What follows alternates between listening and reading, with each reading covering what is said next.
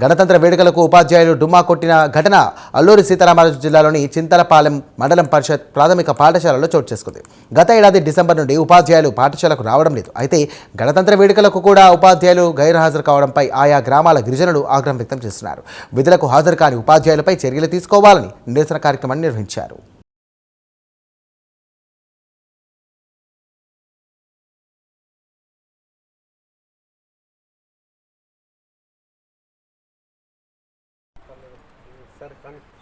అధికారులకు నమస్కారం. అల్లూరి సీతారామరాజు జిల్లా అనంతగిరి మండలం పెదకోట పంచాయతీ పరిధిలోనున్న చింతలపాలెం ఎంపీపీ స్కూల్ ఈరోజు ఎలా ఉందో మనమందరం చూస్తున్నాం. గత 2025 నవంబర్ నుండి టీచర్లు రాని పరిస్థితి.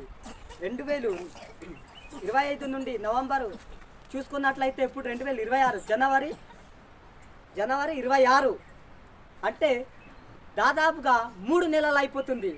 ఇక్కడ ఒక టీచర్ కానీ మేడం కానీ ఎవరు రాని పరిస్థితి. కాబట్టి పిల్లలందరూ కూడాను మాకు ఉండడం 35 మంది పిల్లలు ఉన్నారు. 35 మంది పిల్లలకు సరైన బోధన లేదు. అంటే టీచర్లు రావట్లేదు.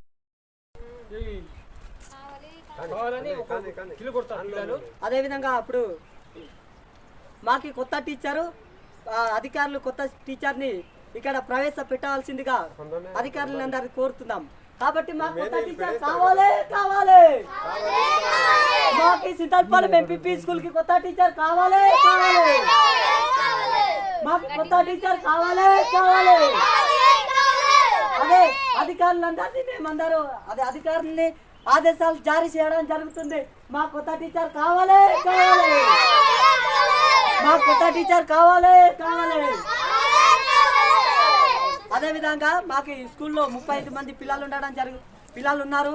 కాబట్టి పిల్లల పరిస్థితి కనుమరుగైపోయే పరిస్థితిలో ఉన్నది. కాబట్టి మాకు ఇప్పటికైనా సరే టీచర్ని ప్రొవైడ్ చేసి అదేవిధంగా మా ఎంపీపీ స్కూల్కి భాష వాలంటీర్ కూడా కావాలని మా గ్రామస్తులందరూ ఒకటే కోరుతున్నాం.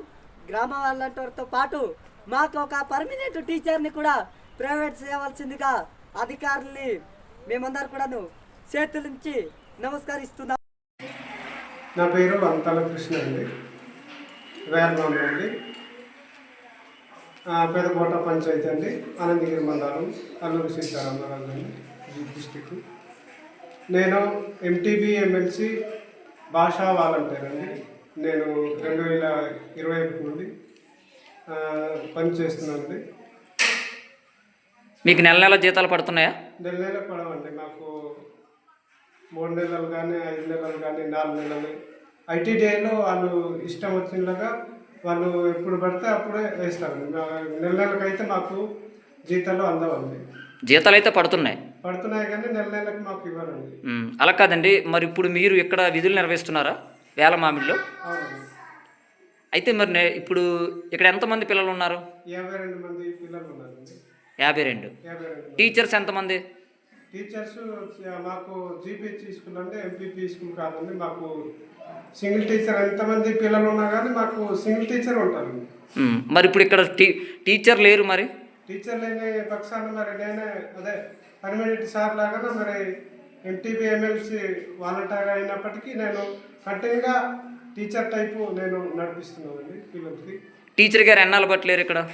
టీచరు అదే 4 నెలలు బట్టి సెలవు తీసుకున్నారండి. ఇంకా ఇప్పుడు కూడా హాస్పిటల్లో ఉన్నారు.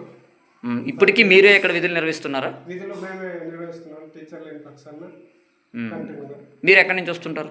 మాది సొంత ఊరు వేర్నాం అండి. ఈ ఊరే ఇక్కడ విధులు నిర్వహిస్తున్నాము. అంటే ఇప్పుడు మరి మొత్తం పిల్లలందరికీ మీరే చెప్తున్నారా? మేమే చెప్తున్నాము. మరి ఇంతమంది పిల్లలకి మీరు ఒకలే చెప్పడం వల్ల ఏమైనా పిల్లలకి అర్థమవుతుందో చదువులు అయినా? కొందరికి అర్థమవుతుంది, కొందరు పిల్లలు అదే వినలేని పక్షాన వాళ్ళకి విభజించి ఇలా రాయండి అనే అక్షరాలు దిద్దించడం, రాసి ఇవ్వడము ఆ విధంగా చేస్తున్నామండి. అదే అంటున్నాను, చెప్పడానికి ఇబ్బంది కలుగుతుందా? ఇబ్బంది కలుగుతుందండి. అంటే పిల్లలు ఎక్కువ జనాలు కనుక నాకు ఇబ్బందికరమే. మాకు టీచర్ని త్వరగా నియమించాలని మేము కూడా మనస్ఫూర్తిగా కోరుతున్నాము.